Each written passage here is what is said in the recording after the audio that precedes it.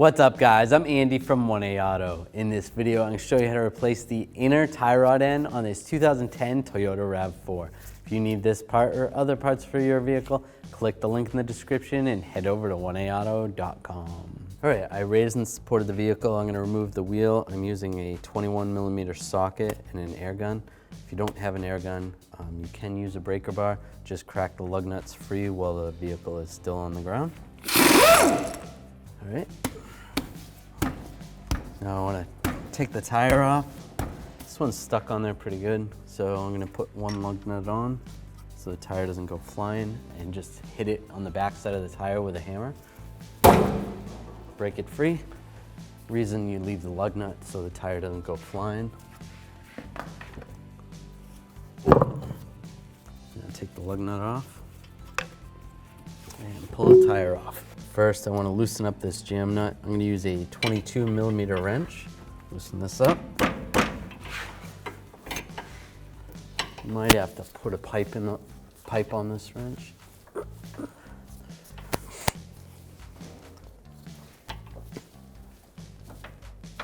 There we go. Just loosen that up.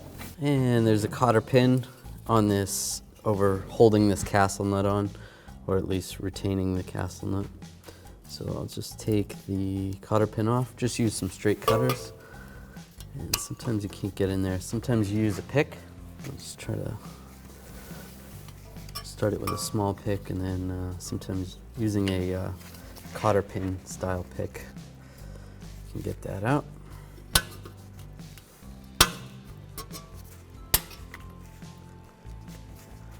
And slide that cotter pin out.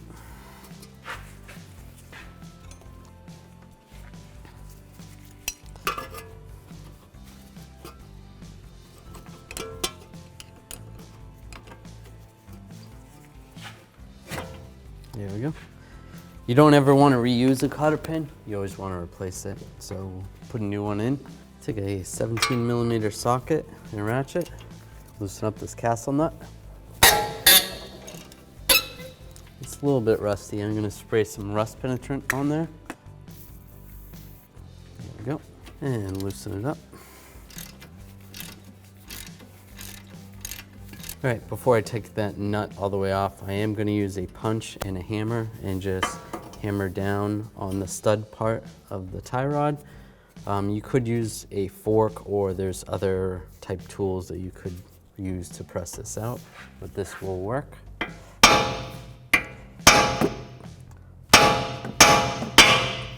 The reason why you leave the nut on there is so that you don't mushroom the end in case you had to replace it.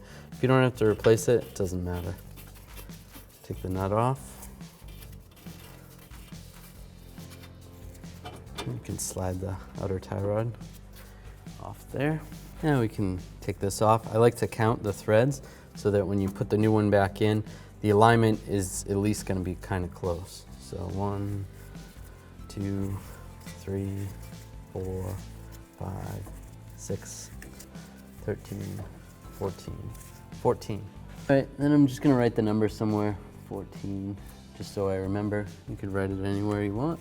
I need to take this nut off of the inner tie rod, so I'm just gonna soak this down with some rust penetrant, let that soak a little bit, and I'm gonna use some locking pliers, just so I can hold this from spinning.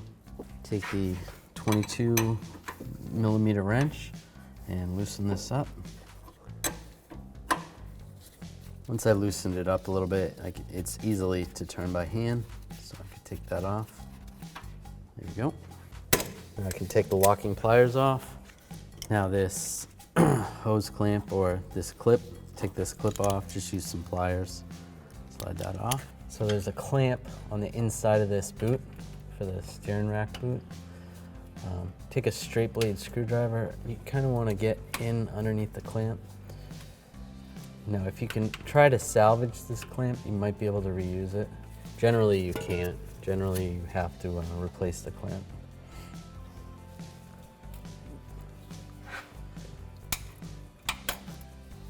There we go. Take that clamp off. If you didn't break it too much, you can try it, but generally just replace this. All right, just grab the boot, give it a twist, pop off the end, and then just pull it out. You might need to release it right there. Just take a pick, get underneath here. Just gonna use a hose pick, or a coolant hose pick. And just try to slide this off, just like that. Take the boot off. Now to take this tie rod end off, you're gonna need a tie rod tool. You can try to get a wrench in there, but it's not that easy. So take this adapter. This is a 33.6 millimeter adapter. Slide that on there. Take the tie rod tool, install this, and I'll just lock that on. So that's good right there. Now, before I loosen it up with the tool, I am just gonna take some locking pliers. I just wanna lock on the steering shaft itself, because it's a good idea not to put too much tension on that pinion in the middle of the shaft. So we'll do that, and then take a breaker bar, attach it to the tool. And while you loosen this, hold the pliers, or have a buddy hold the pliers, and just loosen. Once it breaks free, generally they come apart really easily. Take those pliers off, and take this tool off.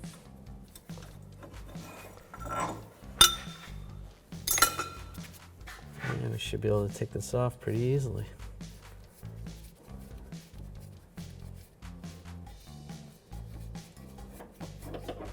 And there we go. Here's the old part. Here's the new inner tie rod from 1aauto.com. As you can see, the length is the same. Part has the same thread on the end of it. Comes with a new nut, a new jam nut. Comes with this protective sleeve. You can take that off when you get the part. Get yours at 1aauto.com and you'll be ready to rock and roll.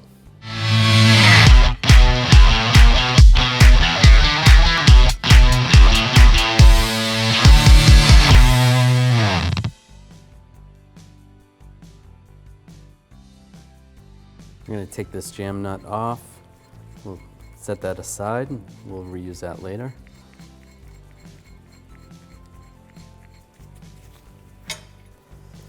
And on the top, I'm just going to take a bit of thread locker, put that on. Just use medium strength thread locker and slide this in position. All right, I want to tighten this up. I'm going to use the same tie rod tool, but I'm going to use a different adapter. I'm going to use a 1 1/4 to tighten this up. Put the tie rod tool on, lock it in place, and then I'm going to do the same with the locking pliers. Just hold the steering shaft with the locking pliers. And then I'm going to use the torque wrench on the tool as I hold the pliers and torque this to 44 foot-pounds.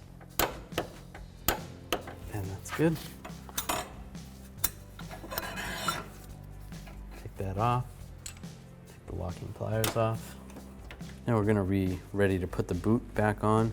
I did get a new clamp, and how this clamp works is I'm going to need a special pliers like this. And when you squeeze this, it's gonna tighten the clamp right there and push it down.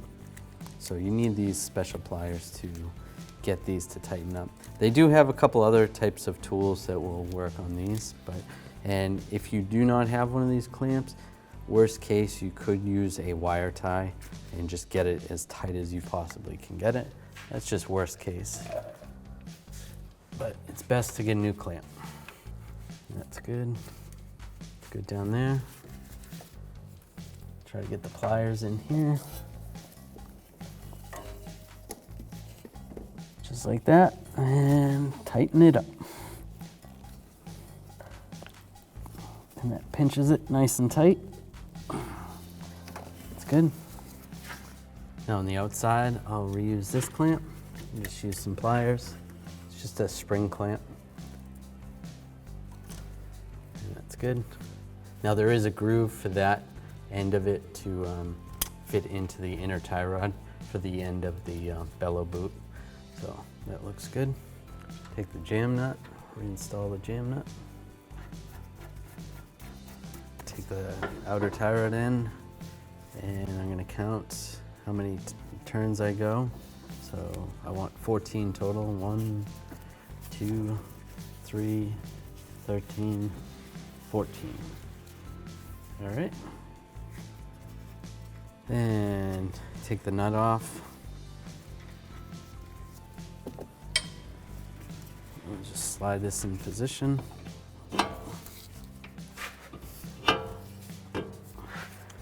And that's good right there. Take the nut, get that started. Now this tie rod, the new nut that comes with this, happens to be a 19mm nut. So I'll use a 19mm socket and a ratchet, tighten it up.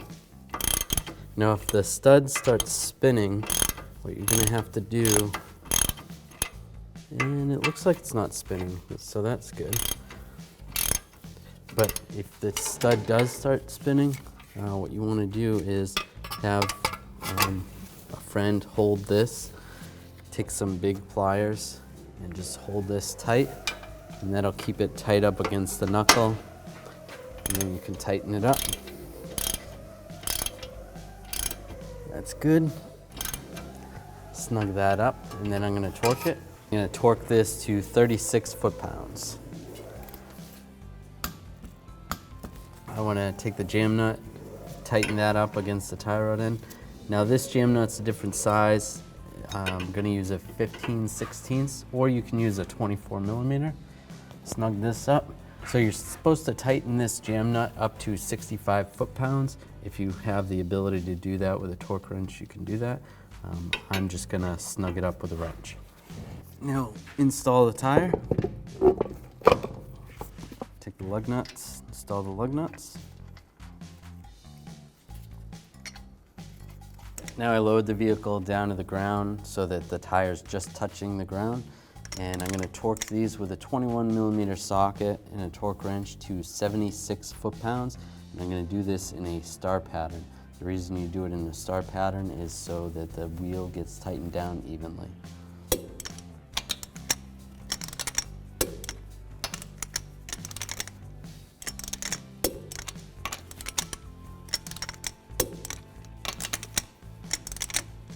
And then I always like to go around again just to double check. Whenever you do a job like the one we did today, you're going to want to go to a local shop and have your alignment adjusted, because you don't want to end up with premature tire wear. Whenever you change components or even remove them and reinstall them, things change, and you want to make sure everything is lined up so you're good to go. Thanks for watching. Visit 1AAuto.com for quality auto parts shipped to your door, the place for DIY auto repair. And if you enjoyed this video, please click the subscribe button.